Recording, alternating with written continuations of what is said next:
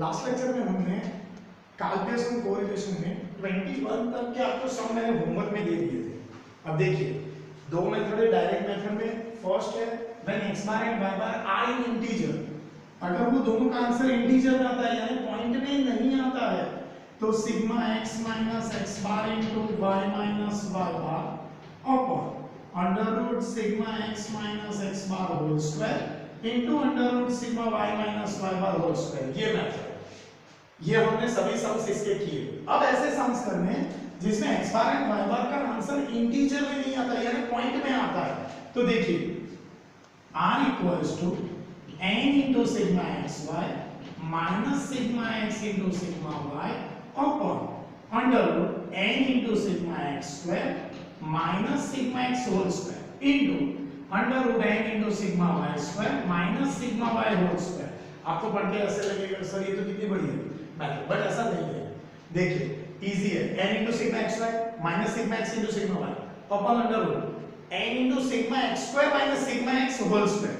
यहाँ पे वैसा ही लिखना है बट सिर्फ y आएगा, n into sigma y square minus sigma y whole square, right.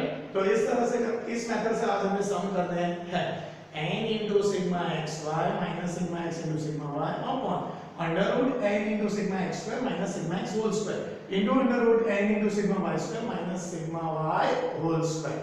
okay,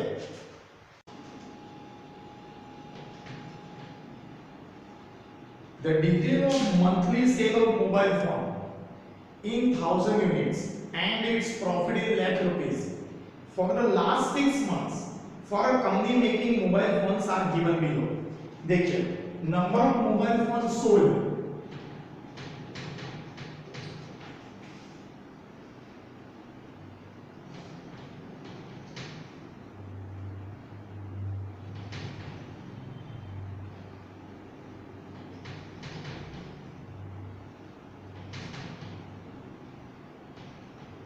thousand units and that is x 3 8 12 5 7 5 and profit in lakh rupees,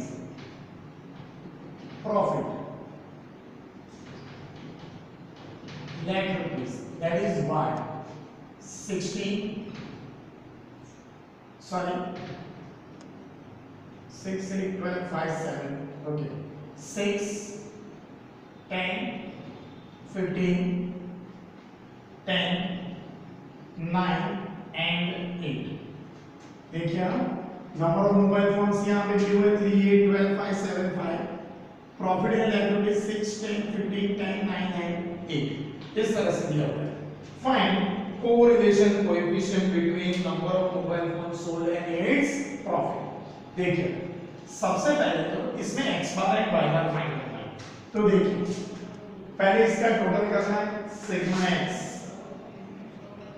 देखिए 8 plus 3 11 11 plus 12 23 plus 5 28 plus 7 35 plus 5 40 sigma y 10 plus 6 16 plus 15 31 31 plus 10 41 41 plus 9 50 plus 8 58। now x bar equals to sigma x upon n that is 40 divided by 1 2 3 4 5 6 40 divided by 6। चलिए भैया calculate में 40 divided by 6 करते हैं।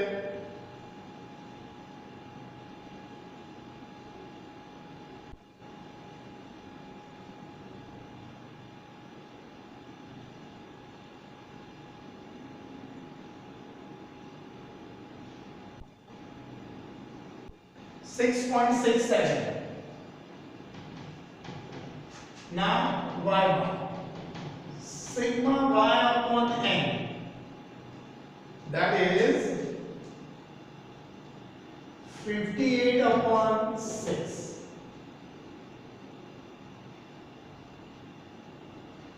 9.67। भाई देख लीजिए दोनों का आंसर फ्रैक्शन में आ रहा है, पॉइंट में आ रहा है, यानी आपको पहली मेथड नहीं होगी।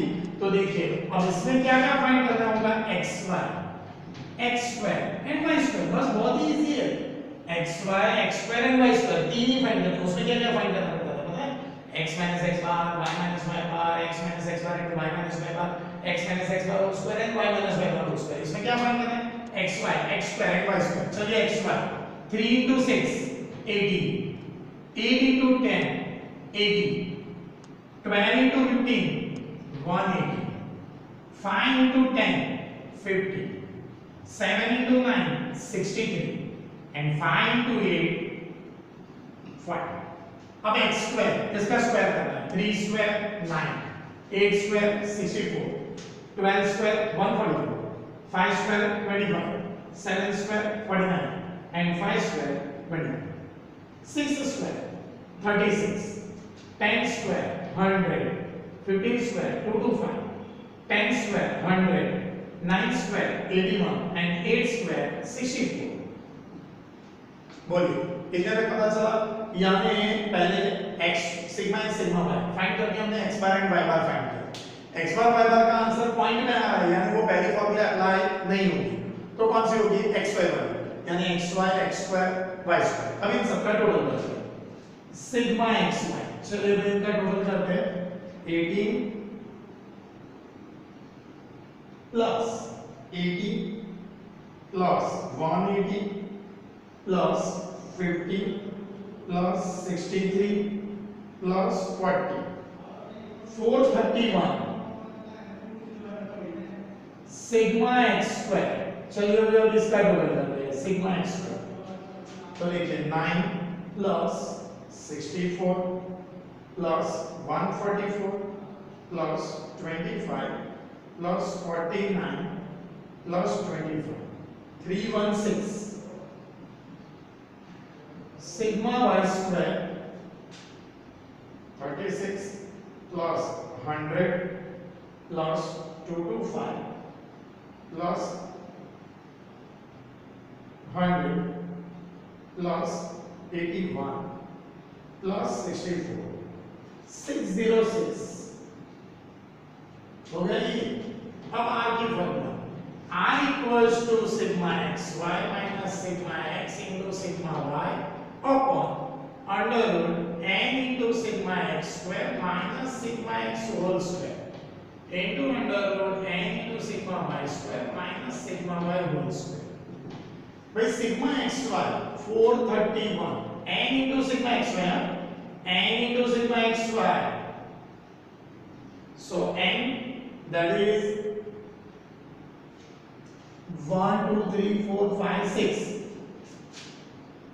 6 into sigma xy,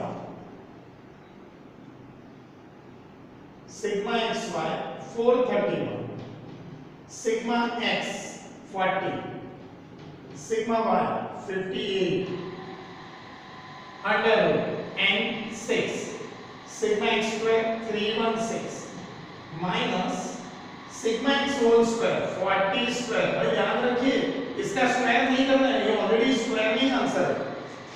under root n 6 sigma y square 606 minus sigma y whole square 58 square। Okay चलिए देखिए फिर से ध्यान से, इसमें एक्सपोनेंट y बार पॉइंट में आया यानी फ्रैक्शन में आ रहा है, और एक्सपोनेंट y बार जब भी फ्रैक्शन में आ रहा है तो हमें क्या करना है? ये x square and y square find करना है।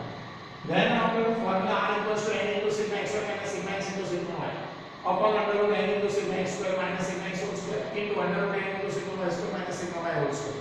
अब इन सब की वैल्यू देखिए, n यानी 6 number of observation, sigma x square 431 minus sigma x 40 sigma y 58 under root n 6 sigma x square 316 minus sigma x 40 whole square into under root 606 sigma y square minus sigma y 58 whole square। चलिए अब इसमें 431 into 6 431 into 6 2586 minus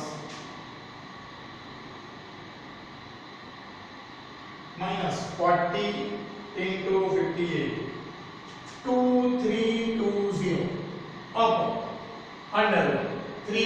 6 into 6, 1896 minus 40 square 1600, 606 into 6, 3636 minus 58 square, 58 into 58, 3364. Okay, चलिए आगे बढ़ते हैं इसमें।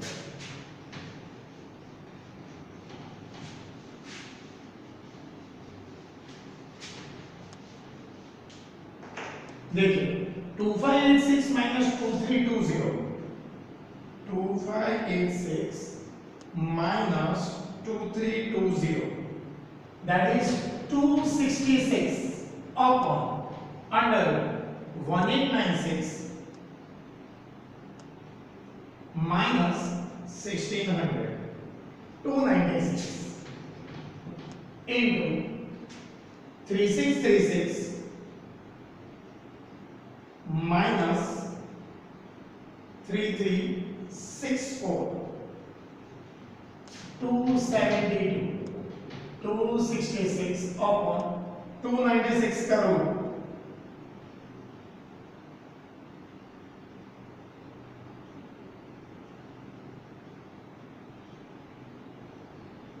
296 का root आएगा 17.2046, यानी 47,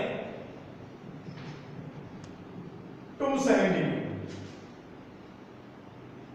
उसका रूट,